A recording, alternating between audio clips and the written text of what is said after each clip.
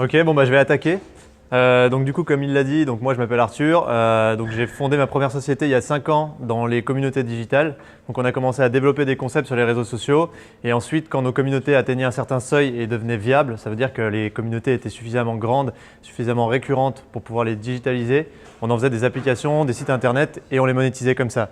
Donc ça veut dire qu'on allait monétiser à travers de la publicité classique, à travers des régies publicitaires, etc. On a développé de l'expertise autour de ça, mais on a aussi appris les partenariats annonceurs, on a appris le freemium et on a appris tout ce qui tourne autour des communautés en général. Et du coup, cette expertise qu'on a développée autour des communautés, on s'en sert aujourd'hui pour continuer de faire des nouvelles communautés. Donc aujourd'hui, on a plus de 10 millions de fans sur toutes nos communautés et toutes nos marques. Et on a plusieurs millions de téléchargements sur les applications qu'on a. Donc j'espère qu'on va pouvoir…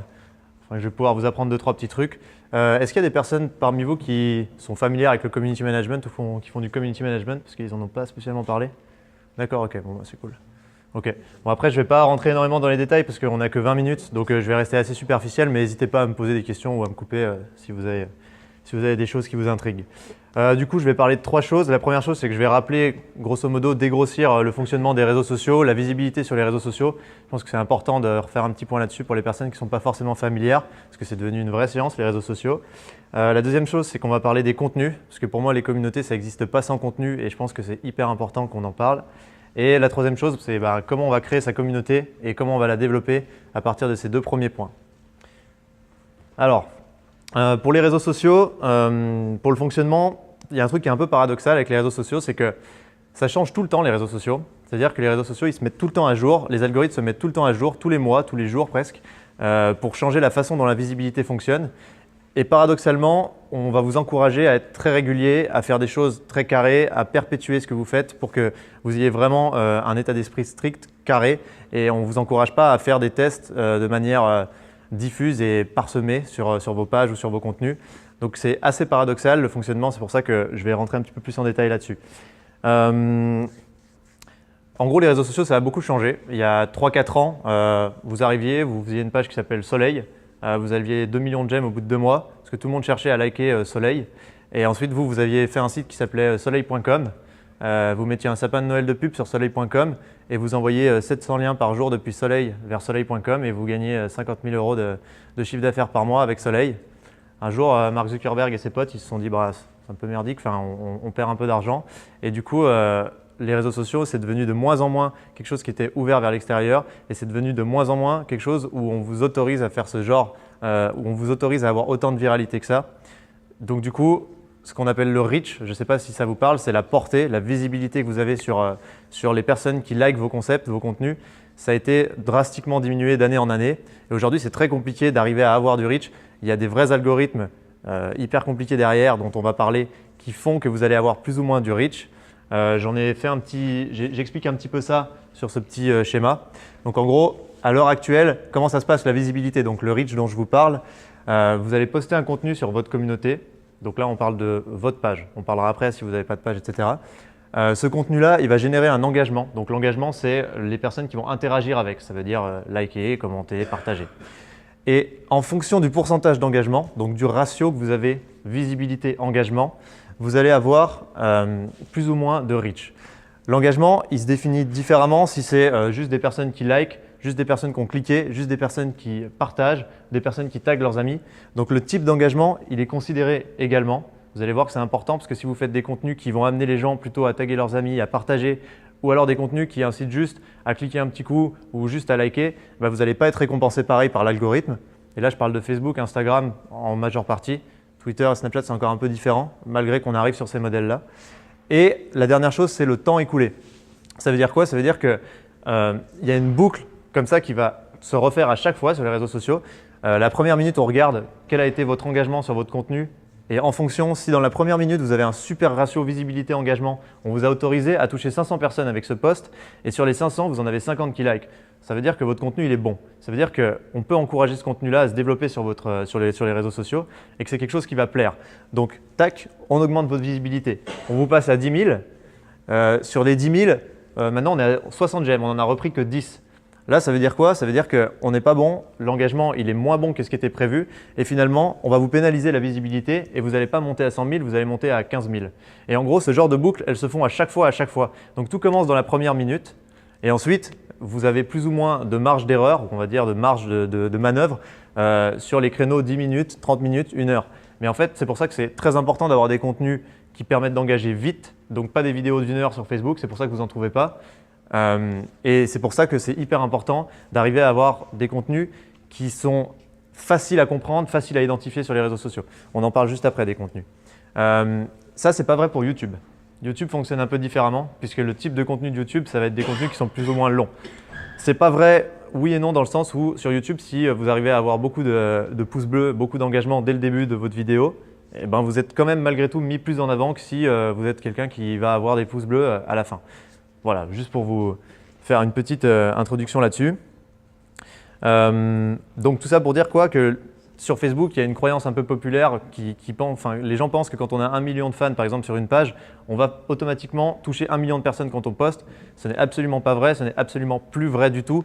Et d'ailleurs, on peut avoir un meilleur reach, un meilleur engagement avec une page qui a 1000 j'aime aujourd'hui qu'avec une page qui a 10 millions de j'aime. Parce que les algorithmes font tout pour que les contenus soient des contenus les plus productifs possibles et les plus appréciés possibles. Pour la petite histoire, c'est vrai que sur Facebook, on est passé d'un endroit où les gens partageaient des choses avec leurs amis à une plateforme où on va consulter du contenu. Et maintenant, Facebook aimerait revenir à quelque chose où les gens interagissent, échangent, partagent. Et donc du coup, comment il fait? Il se dit qu'il faut qu'on valorise les bons contenus parce qu'aujourd'hui, sur les réseaux sociaux en général, les contenus ils se sont beaucoup dégradés. Et ça, c'était une politique de croissance financière, mais aujourd'hui, c'est beaucoup plus compliqué qu'avant à cause de ça, d'avoir un bon reach et d'avoir de la bonne visibilité. Le reach, il dépend de 2 choses, donc c'est ce que je vous ai mis aussi.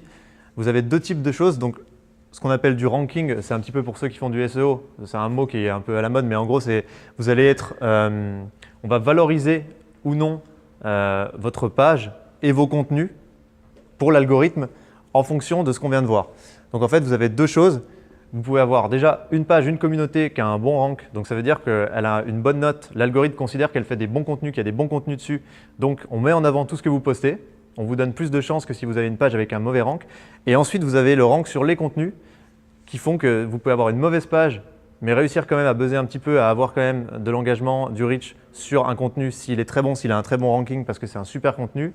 Mais vous pouvez aussi avoir un ranking de malade sur une page et poster un contenu qui est pourri et ne pas buzzer.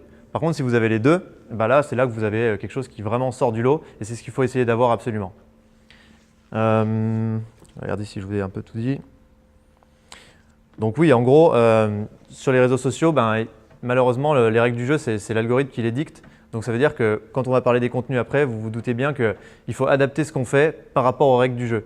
C'est-à-dire que les gens peuvent aimer certaines choses, mais malgré tout, si vous n'avez pas été suffisamment, vous l'avez pas suffisamment réfléchi par rapport à comment fonctionne l'algorithme en ce moment, même ce mois, j'ai envie de vous dire, ça peut quand même être un flop.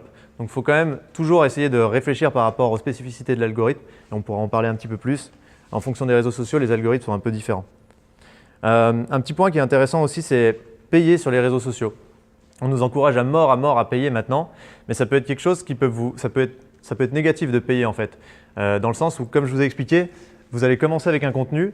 Ce contenu, s'il a un très bon reach, qu'il est tout de suite valorisé parce que dans la première minute, ça s'est bien passé, dans les 10 premières minutes, ça se passe encore mieux, dans la première heure, c'est incroyable, et que vous, au bout de la première minute, vous dites « Tiens, ça a l'air pas mal, je vais payer », Facebook, ce qu'il se dit, c'est il a du pognon, je vais lui arrêter tout de suite son buzz et je vais faire en sorte que lui, il paye pour aller plus loin. Donc, ce qu'il faut faire, c'est oui, payer, ça marche, c'est important, mais par contre, il faut payer à partir du moment où cette boucle-là, elle commence à s'essouffler et on voit que ce qui s'appelle la portée organique, elle atteint son seuil et à partir de maintenant, ok, on peut pousser un petit peu plus. Surtout que quand vous payez pour un contenu organiquement, enfin qui a bien fonctionné organiquement, eh ben vous allez malgré tout être mis plus en avant que si vous payez pour un contenu qui est pourri et qui n'a pas fonctionné organiquement.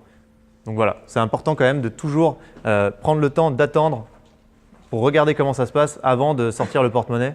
Donc il vaut mieux prendre un peu de recul là-dessus. Ce serait quoi ton conseil du coup, d'attendre quand même quelques jours ou juste quelques heures? Non, ça dépend de la plateforme sur laquelle tu es, mais sur un Facebook ou un Instagram, c'est quelques minutes, quelques heures. en fait, tout va dépendre. Si vraiment tu vois que tu as une croissance dingue en organique, c'est super et ça se passe bien, bah ouais, tu attends quelques jours. Parce qu'en fait, ça va durer, cette boucle, elle va peut-être s'essouffler dans 3 jours. Elle va peut-être s'essouffler dans 2 semaines. Mais par contre, ça se trouve, au bout de 10 minutes, tu vois que ça y est, ça flatte, ça ne fonctionne plus. Bon, bah là, tu peux commencer à payer, quoi. Mais c'est dommage de gaspiller ça parce qu'en fait, ça peut faire un super truc de manière organique. Et toi, tu te dis, putain, j'ai fait un putain de truc, je me suis fait chier, ma vidéo, elle est top, je mets direct 10 000 balles. Ouais, mais c'est hyper dommage. Parce que du coup, tu vas payer 10 000 balles pour avoir ce que rapporte 10 000 balles en reach. Ce que Facebook a mesuré comme étant équivalent à 10 000 balles en reach. Donc, il faut quand même prendre le temps de regarder comment se comportent nos outils, enfin nos contenus. Oui, pardon. Tu sais s'il y a un compteur en fait au gouvernement s'il révèle, genre si tu mets un contenu où tu payes et tu sais tu dis ils attendent en fait que tu mettes plus parce qu'il y a un moment où si tu arrêtes de payer, genre moi j'ai une page où j'ai fait ça parce que je connaissais pas ce mécanisme et j'ai mis des thunes direct. Oui. Et alors que je pense que j'aurais pu avoir un retour organique mais je vois que maintenant il m'a pénalisé et je sais pas si ça se révèle En fait, c'est ce que je te dis, c'est ce que je disais avant, mais comme tu as le ranking de ta page et le ranking de tes contenus, tu as deux choses. Et en fait, si tu es quelqu'un qui a l'habitude de payer sur tous les posts, mais là sur une nouvelle page justement, sur une nouvelle page que tu venais de créer, business machin un truc vraiment tout neuf. ok, et tu as payé pour le post. Justement payer direct donc dès le premier jour day one j'ai commencé à booster des posts et tout ça. Oui. Et en fait je me suis dit en fait que c'était con donc j'aurais dû attendre parce que maintenant je risque d'être pénalisé et je sais pas en fait si Tu seras plus ou moins pénalisé sur tes prochains posts. En fait, c'est ce que j'allais te dire, le ranking de ta page, il va baisser un peu là parce qu'ils considèrent que tu as de l'argent. Et je sais pas, vous voyez des Vice ou des trucs comme ça, ces mecs-là, ils ont 10 millions de gemmes et ils n'arrivent pas à faire d'engagement parce qu'ils ont eu un peu cette politique pendant des années, ils sponsorisaient tout.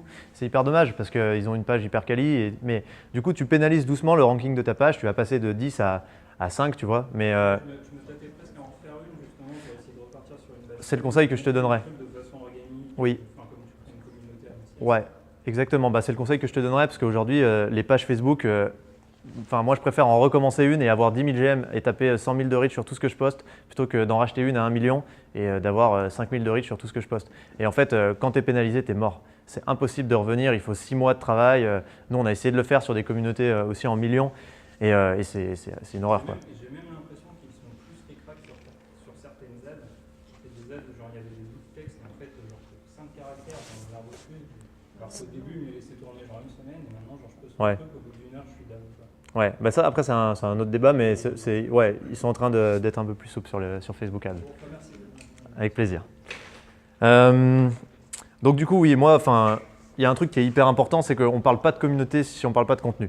C'est la base de tout, vous ne ferez jamais de communauté sans contenu, parce que les contenus, comme je le dis là, c'est ce qui va créer du bouche à oreille. Le bouche à oreille sur les réseaux sociaux, c'est ce qu'on appelle les shares, c'est ce qu'on appelle les partages, mais c'est ce qu'il y a de plus puissant. Vous demandez à n'importe qui en marketing, on cherchera toujours à faire du bouche à oreille, parce que tous les outils digitaux ne remplacent pas un bon bouche à oreille. Et ça veut dire que vous, même si vous avez une marque de téléviseur, il faut que vous cherchiez à trouver un concept, quelque chose qui permet de standardiser des contenus justement pour pouvoir poster régulièrement, parce que c'est hyper important de poster régulièrement sur les réseaux sociaux. Je ne suis pas rentré dans les détails, mais il faut poster le plus régulièrement possible et il faut poster à des horaires carrés. Donc si vous n'avez pas de concept et que vous n'êtes pas en mesure d'avoir des contenus, vous allez galérer, vous allez piocher à droite, à gauche, vous allez chercher des choses et finalement vous n'allez pas être valorisé parce que Facebook, c'est Facebook, Instagram, tous les réseaux sociaux vont valoriser des contenus exclusifs. Donc ça veut dire que vous devez créer vous-même vos propres contenus. Ça peut être quelque chose de très simple. Nous, ce qu'on fait sur certaines de nos communautés, c'est simplement on génère des images qui ont une thématique claire et tous les jours, on va pouvoir mettre une petite punchline ou un petit truc différent sur ces images-là. Mais en fait, on a un concept, on crée nos propres contenus, ils sont exclusifs. Facebook sait que les contenus ils sont créés par nous aussi et ça nous met énormément en avant et du coup nous on arrive à garder une communauté qui comprend ce qu'on fait et c'est toujours la base d'une communauté, c'est qu'il y a quand même quelque chose qui nous unit, qui nous rassemble, donc c'est un truc hyper important. Il faut toujours avoir un concept et toujours essayer de travailler vos contenus pour avoir les meilleurs contenus possibles.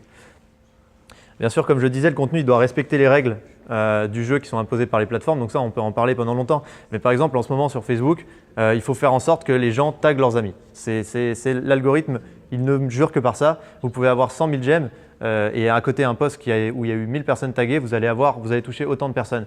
Parce qu'aujourd'hui Facebook veut encourager sa plateforme à redevenir quelque chose de social où les gens ils interagissent et plus justement à faire une plateforme où on vient regarder du contenu.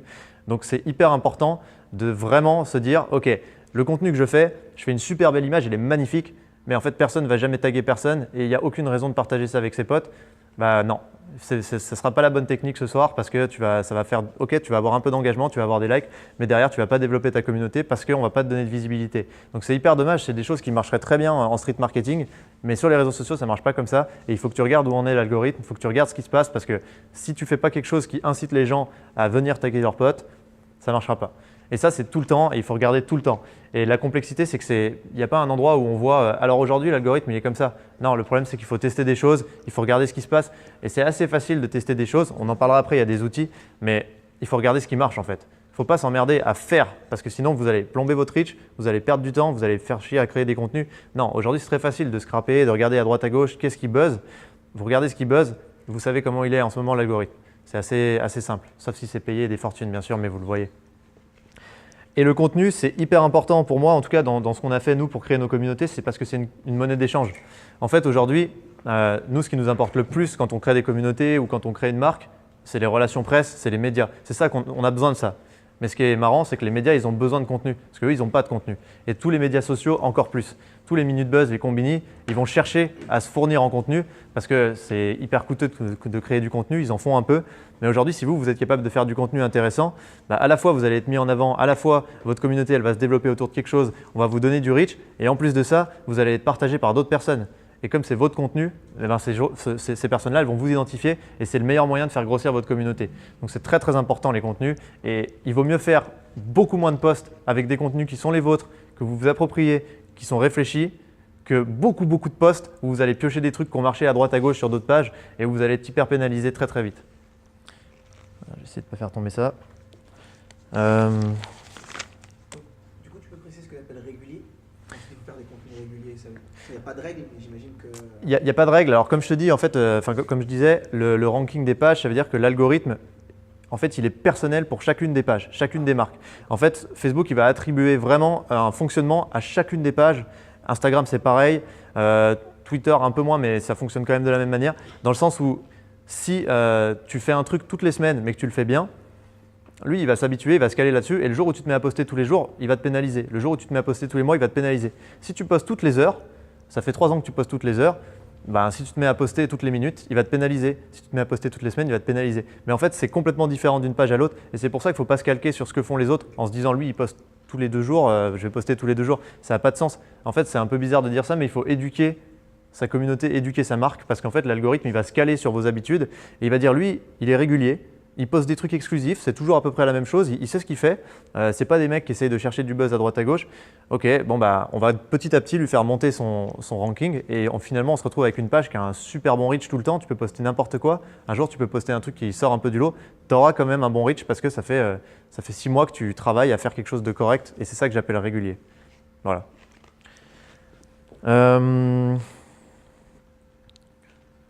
Voilà, bon après sur ça, ok. Hop. Alors après, utiliser ces contenus, donc c'est un peu le plus important. Le truc, c'est qu'il y a énormément d'outils aujourd'hui et je ne vais pas rentrer dans les détails de tous les outils. Mais quand vous avez fait des bons contenus, bah, il faut passer sur essayer de rendre visible le plus possible ces contenus. J'ai un peu présenté les réseaux sociaux comme étant très très fermés aujourd'hui et très difficile d'accès. Enfin, en tout cas, c'est très difficile de faire du buzz. C'est vrai que c'est beaucoup plus difficile qu'avant, mais ça se fait toujours très bien. Il y a toujours des petits tips. Là, je vous présente 2-3 trucs. Voilà, vous avez pas mal de solutions, notamment les groupes Facebook qui sont encore un truc assez sympa parce que vous arrivez à toucher pas mal de monde et vous arrivez à faire des centaines de milliers de vues si vous les utilisez bien. Il y a plusieurs formats sur les réseaux sociaux qu'il faut privilégier. En ce moment, c'est la vidéo. Là, c'est la guerre entre Facebook, YouTube pour qui a le plus de contenu vidéo, qui va avoir le plus de vues vidéo parce qu'évidemment, eux, ils chopent les annonceurs. Et donc derrière, ça veut dire que si vous êtes capable d'avoir des contenus vidéo et d'aller les diffuser dans les groupes de la bonne manière. Donc là, je vous ai mis un outil qui s'appelle OBS, mais je vous filerai tout si vous me demanderez. OBS qui permet de diffuser en live n'importe quel contenu. Donc ça veut dire que vous pouvez faire un live sur les réseaux sociaux. Aujourd'hui, on a l'impression qu'on est obligé de se filmer avec la caméra de son téléphone, mais non, il y a des outils qui existent où vous pouvez diffuser votre propre vidéo en live. Et le live, c'est un format qui est très très bien mis en avant par Facebook, donc qui vous permet de toucher pas mal de monde. Et si vous diffusez par exemple un bon live dans beaucoup de groupes Facebook, et il y en a beaucoup où vous avez de la visibilité, vous arrivez très très vite à convertir 3 000 à 4 000 clics en quelques heures vers votre site, ou alors vous arrivez très vite à faire quelques centaines de milliers de vues. Donc c'est toujours intéressant et il y a pas mal de choses à faire avec ça. Mais encore une fois, il faut que vous arriviez avec un contenu qui a déjà été réfléchi et vous avez un contenu, vous êtes sûr de soi, enfin de vous, et vous pouvez avancer avec ça. Après, il y a pas mal de choses aussi sur Instagram qui sont intéressantes en ce moment. Donc très clairement, je vous conseille d'aller sur Instagram maintenant. Les réseaux sociaux comme Facebook, ils sont vieillissants, ils ont du mal à… Aujourd'hui, ils sont là pour faire 40 milliards de chiffre d'affaires par an et ils réfléchissent plus beaucoup à ce qui peut permettre aux créateurs et aux influenceurs de se développer. Donc Instagram, c'est beaucoup plus en vogue là-dessus. Vous avez encore des solutions qui sont intéressantes, notamment les stories, c'est ce que je vous ai mis.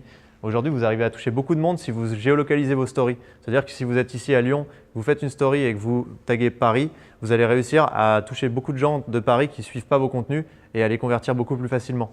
Après, vous avez les hashtags, tout le monde connaît. Les hashtags, ça permet de toucher beaucoup de monde. Mais il y a des outils comme IQTS, là, TGAS, je ne sais pas comment ça se prononce, qui permettent de trouver des hashtags qui sont en vogue. Et en fait, ça vous permet de savoir quel hashtag va vous permettre d'avoir le plus de visibilité aujourd'hui ou dans les prochaines heures. Donc, c'est assez intéressant.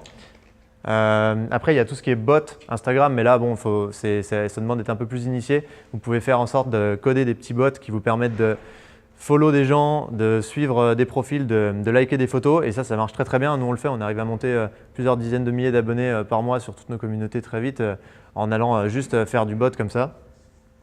Et après, je vous ai mis Hootsuite pour ceux qui connaissent. Hootsuite, c'est un outil qui est sympa. Alors, ça sert originellement, c'est surtout pour programmer vos contenus sur vos différentes communautés. Mais si vous n'avez pas besoin de faire ça, il y a quelque chose qui est sympa qui vous scrape tous les réseaux sociaux. Donc, ça veut dire que ça vous donne les tendances en ce moment, qu'est-ce qui buzz, qu'est-ce qui marche. Je vous disais, analysez un peu les réseaux sociaux pour trouver là où c'est pertinent peut-être d'aller, qu'est-ce qui marche bien en ce moment avec l'algorithme, qu'est-ce qui est valorisé. Tout de suite, ça permet vachement de faire ça parce que ça vous sort… Ok, sur Instagram, en ce moment, le hashtag machin, il est hyper intéressant et tous les mecs qui postent des photos de dauphins, c'est hyper cool. Voilà, on ne sait pas toujours pourquoi, mais c'est pas mal de regarder ce genre de choses. Et après, il y a un dernier point qui est important, c'est d'analyser les performances pour chaque contenu parce qu'il faut vous adapter et les réseaux sociaux, c'est une adaptation perpétuelle. Donc, il faut être capable de regarder tout le temps les statistiques de chaque post. Regarder pourquoi ça flop, c'est plus intéressant que regarder pourquoi ça buzz parce qu'en fait, on se rend vachement compte de, les réseaux sociaux vous montrent vraiment ce qui a été pénalisé et vous montrent pas vraiment ce qui vous permet de buzzer. Souvent, on buzz et on ne sait pas trop pourquoi. Par contre, on flop et on arrive facilement à l'analyser. Donc ça, il faudrait rentrer dans une discussion. On peut en parler dans les questions si vous voulez, mais c'est hyper important d'analyser chacun de vos posts, de regarder vraiment les spécificités de ce qui flop parce que justement, vous arrivez à comprendre, ok, l'algo, il est en train de changer vers ça ou alors, ok, Instagram, c'est en train de valoriser à mort les posts où justement les gens like plutôt que commentent. Voilà, je ne rentre pas plus que ça dans les détails parce que sinon on en a pour 40 ans. Mais merci de m'avoir écouté et n'hésitez pas à me poser toutes vos questions.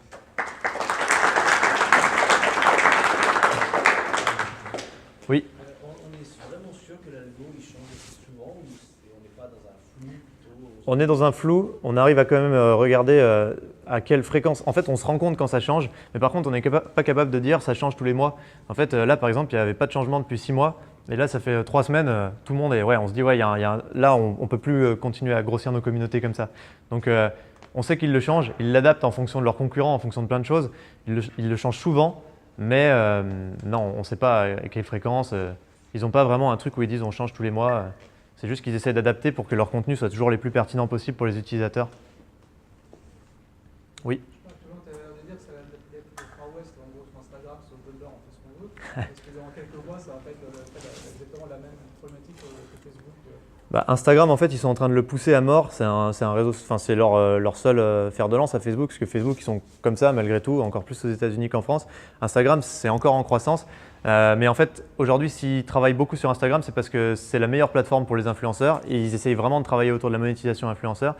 Mais demain, quand ils auront suffisamment fait de cash peut-être avec Instagram, oui, ça changera. Après, aujourd'hui, Instagram, c'est, je pense, pour encore au moins 6 mois, 1 an, un bon moyen de se faire connaître et de monter sa communauté. Et surtout, ça a beaucoup plus d'avenir malgré tout que Facebook.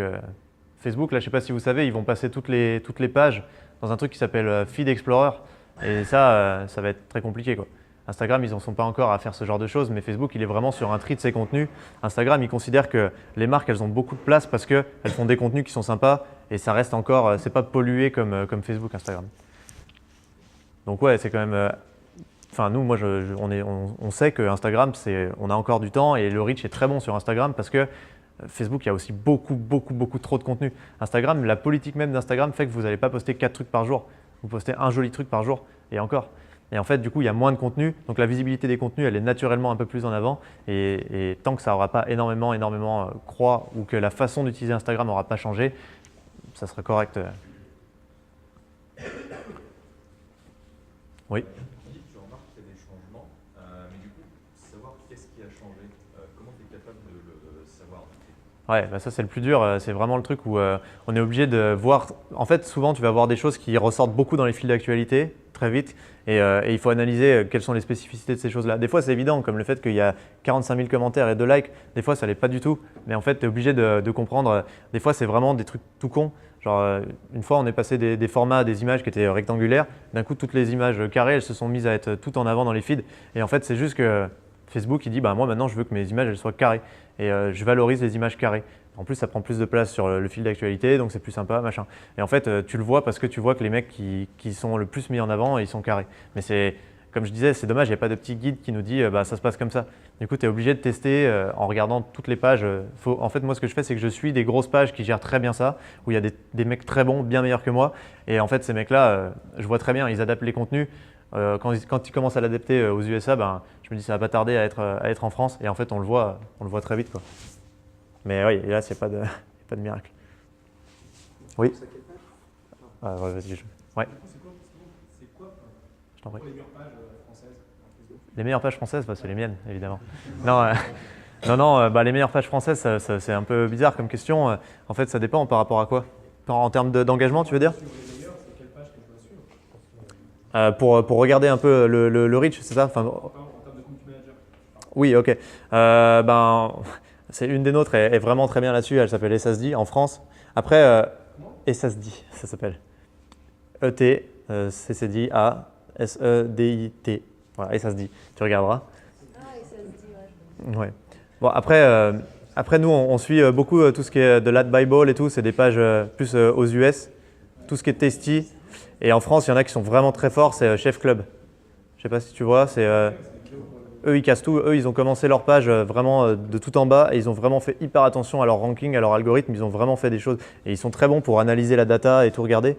Et Chef Club, ouais, je pense que c'est eux les meilleurs en France ils ont vraiment un reach de malade à chaque fois. Après, eux, ils sont vraiment spécialisés autour de la vidéo. Donc, si tu es autour de la vidéo, ça marche bien pour toi, mais voilà. Et du coup, si on se spécialise autour du contenu, des posts plutôt. Des posts. Faire des posts, écrire du texte, il faut les écrire dans Facebook ou les écrire ailleurs, dans Medium et partager le post de Medium.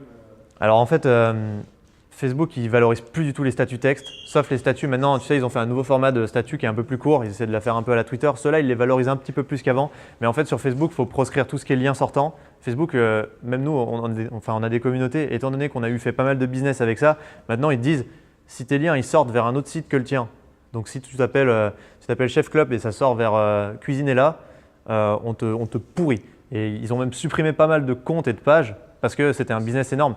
Le modèle Minute Buzz, ça a été les chefs de ça. C'est une anecdote qui est sympa.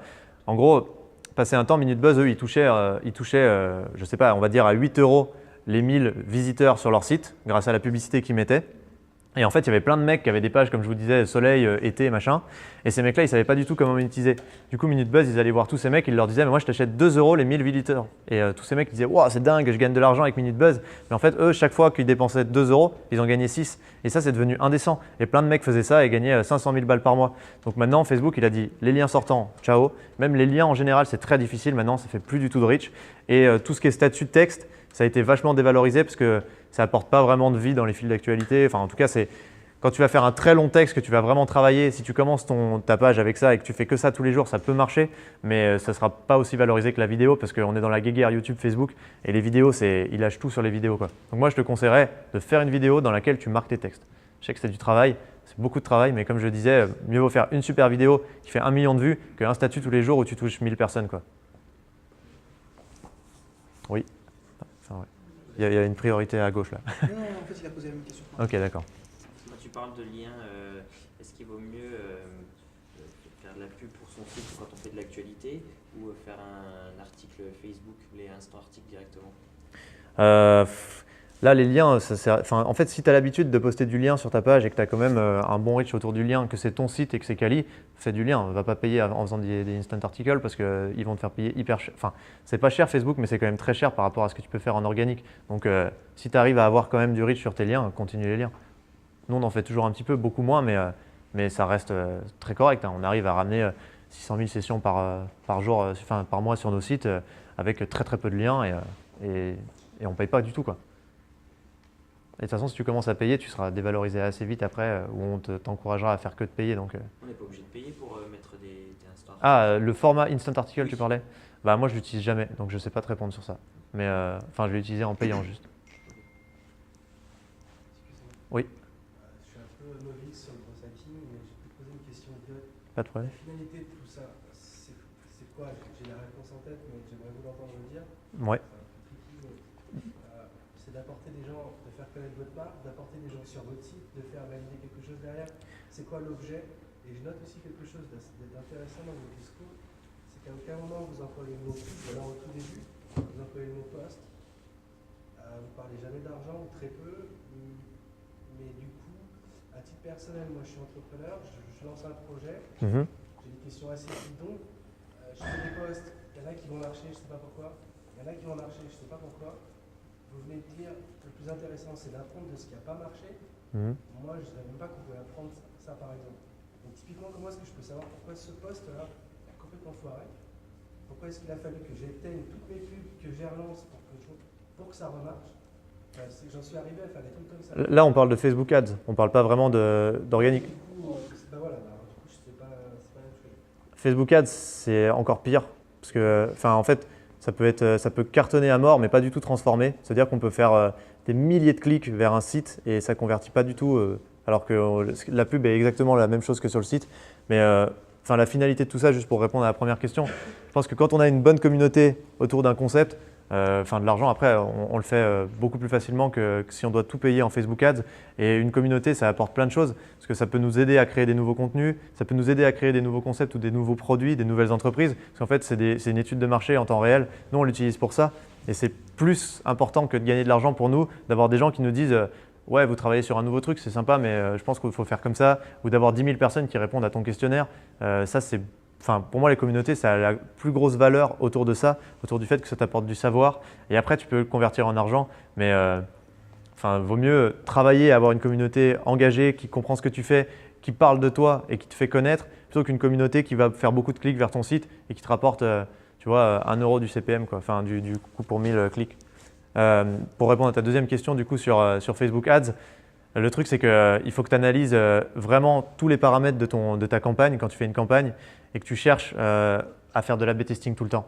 En fait, il n'y a pas vraiment de réponse. Tu n'as pas un endroit où c'est marqué ça n'a pas marché pour ça. Mais en fait, tu vas faire 2 types de campagnes où tu changes juste un paramètre. Tu regardes si c'est lui qui a merdé. Après, tu recommences, tu rechanges un autre paramètre, tu regardes si c'est lui qui a merdé. Et en fait, l'A/B testing, c'est perpétuel tout le temps, tout le temps. Facebook Ads, ça de génial, c'est que pour 10 balles, tu arrives à voir plein de choses. Ok, juste du coup, l'A/B testing, c'est quand on a au moins 10 000 utilisateurs. Non. Ça dépend pourquoi, mais nous, on fait des A/B testing avec 10 €, on voit des choses de fou. Hein. Tu vas regarder, tu testes une proposition de valeur, un exemple. Tu veux voir si la proposition de valeur A, elle est super ou si la proposition de valeur B, elle est mieux. Tu n'en as aucune idée, tu ne le sais pas du tout. Et si tu pushes ça comme ça dans les réseaux sociaux, en fait, tu ne contrôles pas suffisamment la portée de l'un et de l'autre parce que ça peut changer en fonction de l'heure, ça peut changer en fonction de plein de choses. Du coup, tu vas faire un Facebook Ads, tu vas push les deux et tu vas te dire je mets 10 € sur chacun des deux, mais je change le paramètre proposition de valeur est le seul qui change. Tu vas toucher autant de personnes et tu vas voir laquelle transforme. Il y en a une, elle va transformer 40 fois plus que l'autre. Tu sais qu'elle est super bien par rapport à l'autre. Et en fait, derrière, tu vas retester à nouveau. Maintenant, je ne change pas la proposition de valeur, je change mon contenu, mon image derrière, etc. etc. Mais c'est du testing, mais tu n'en as pas pour cher. C'est ça qui est bien. Je peux ajouter un truc là-dessus Ouais. juste sur l'A/B testing. En fait, il faut différencier ce qu'il fait là, c'est-à-dire où il change dans l'A/B testing. En fait, il y a plusieurs choses et c'est assez galvaudé comme terme. Là, ce qu'il explique, c'est qu'il change des choses qui sont radicalement différentes. Il change la proposition de valeur de façon complètement différente. Tu vas changer le format, tu vas changer l'image. Et là, ça a la valeur de tester avec 10 €. Et en effet, on a des stats qui sont complètement différentes. Là où il faut 10 000 personnes, et c'est une bonne remarque, c'est quand les gens ils changent sur leur site la couleur du bouton, ils le passent de vert à orange, ils ont 150 visiteurs, et où ils nous disent « Ah bah, j'ai pas vu de différence de conversion ». ou alors ils voient une différence, alors qu'en fait c'est complètement galvaudé. Donc il y a l'A/B testing qui est vraiment sur l'optimisation, c'est-à-dire vous avez une photo de femme sur votre fond, vous allez mettre une photo d'homme, vous avez un homme avec un costume, vous allez mettre un homme en costume mais sans cravate, où là en effet il faut 10 000 visiteurs pour voir s'il y a une différence. Et il y a l'A/B testing version radicale, où là on change complètement la proposition de valeur, et là pour un tout petit montant, bah, on est statistiquement ça va être correct et ça va être intéressant. Pourquoi? Parce que vous allez avoir une conversion qui va être différente. Si vous avez votre conversion qui passe de 2% à 2,2%, si vous avez 100 ou 1000 visiteurs, statistiquement, vous avez 80, statistiquement c'est pas pertinent. Par contre, si vous passez de 2% de conversion à 19% de conversion, même si vous avez que 100 visiteurs, là vous savez qu'il y a quelque chose d'intéressant. Ouais, c'était juste pour revenir sur la donnée. Mais c'est vrai qu'il faudrait le cas concret en fait pour pouvoir répondre, mais on en parlera après à la limite. Après, ce qu'il dit, je pense qu'il ce qui est important pour vous de. Peut-être une dernière question, mais après, je parle de ça après, désolé.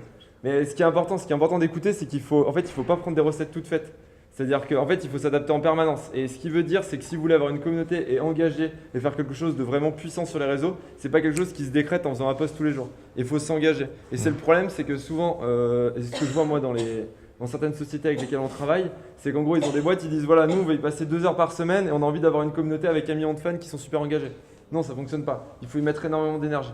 Et Facebook Ads, en effet, là, on est vraiment sur le reach organique, sur aujourd'hui comment on peut faire de l'organique encore sur Instagram, encore sur Facebook. Et c'est ce dont il vous a parlé.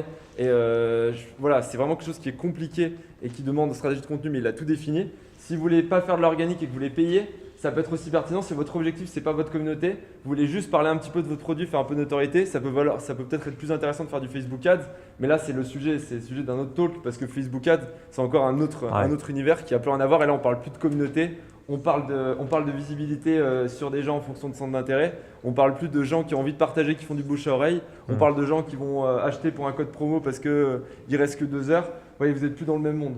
C'est un petit peu comme si comparer Facebook Ads et Facebook, comparer une communauté et de l'acquisition payante avec Facebook Ads, c'est comme comparer le journal du 20, pas le journal du 20h, mais un film le dimanche soir et la pub qu'il y a sur ce film pendant les 10 minutes. Si vous essayez de faire la même chose dans le film que dans la pub, ça ne va pas marcher. Si vous essayez de faire la même chose, inversement, ça ne fonctionnera pas non plus. Ouais, c'était juste pour remettre les choses et pour vous bien expliquer que Facebook et Facebook Ads, c'est 2 choses différentes. Et là, on vous parle du film du dimanche soir, on ne vous parle pas de la pause publicitaire. Mais c'est vrai que si tu vends des voitures, tu n'as pas forcément besoin de t'emmerder à faire une communauté, si ce n'est pour ta brand awareness. Parce qu'en fait, tu vas payer 5 € pour, enfin peut-être un peu plus, mais 100 balles pour toucher ton utilisateur et convertir, mais tu vends à 10 000 balles, donc tu t'en fous. Mais par contre, si tu vends des, j'en sais rien, moi, des coques de téléphone à 2 balles, bah tu vas pas faire du tout la même chose sur ton Facebook Ads et ça fonctionne pas du tout pareil, tu vois. Enfin, c'est vraiment, c'est que vraiment ça dépend du contexte et du cas concret, quoi. C'est pareil, si vous avez une application gratuite, comme c'est la plupart des cas toi, où tu monétises parce qu'il y a énormément de gens qui viennent, si vous avez une application gratuite, vous ne pouvez pas vous permettre de payer 2 € par téléchargement d'application pour une application gratuite. Si tous les 1000 téléchargements, vous pouvez en tirer 8 € avec des contenus après. Ça ne fonctionne pas. Voilà, ça dépend de la nature du business. Et on va prendre la dernière question. Ouais. Moi, tu as parlé de Hootsuite, moi j'utilise Buffer. Est-ce Oui. que tu pénalises lorsqu'on poste via Hootsuite ou Buffer? Est-ce qu'il quoi, pardon? Est-ce qu'il pénalise lorsqu'on poste via ces Ouais. applications? Carrément. Ouais. Donc, il faut éviter d'utiliser Hootsuite. C'est hyper chiant. Mais en fait, le jour où tu as un bon post, ben ouais, évite. Mais nous, tu vois, on a une 30aine de pages, donc on a du mal à pas utiliser Hootsuite. Mais ouais, ça pénalise. Ouais. Et quand on veut poster sur les pages les plus quali, faire vraiment attention, on ne l'utilise pas. D'accord. Facebook, il pénalise tous les trucs qui ne sont pas Facebook en fait. C'est aussi simple que ça. Et pour le coup, ce qu'il disait tout à l'heure sur les groupes, pour compléter, nous on a vraiment eu des reaches de malades mentaux sur des groupes exactement. Et d'ailleurs, pourquoi est-ce qu'on a fait un groupe qui s'appelle Growth Hacking Meetup et qu'on fait des lives dans ce groupe? C'est parce qu'on s'est bien rendu compte que pour l'algo c'était plus intéressant si on avait fait une page qui s'appelait Growth Hacking Meetup. Nous aujourd'hui, quand on fait un post intéressant, on lance un live dans le groupe, il y a à peu près 205 personnes, il y en a à peu près 170 ou 180 qui le voient.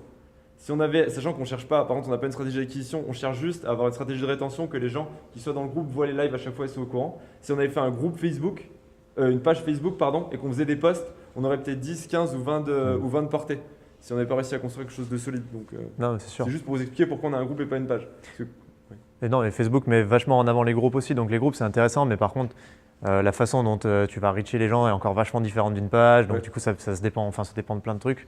Les groupes c'est intéressant, ça se développe bien aujourd'hui et ça peut être intéressant de monter un groupe, mais il faut vraiment que vous ayez une stratégie qui soit en phase avec comment fonctionne un groupe. Parce qu'un groupe, c'est pour faire interagir les gens entre eux, c'est eux qui amènent le contenu. Donc ça peut être une solution pour gagner du temps, pas avoir à produire de contenu, mais ça ne peut pas du tout fonctionner avec votre stratégie de marque et avec votre stratégie de vente, quoi.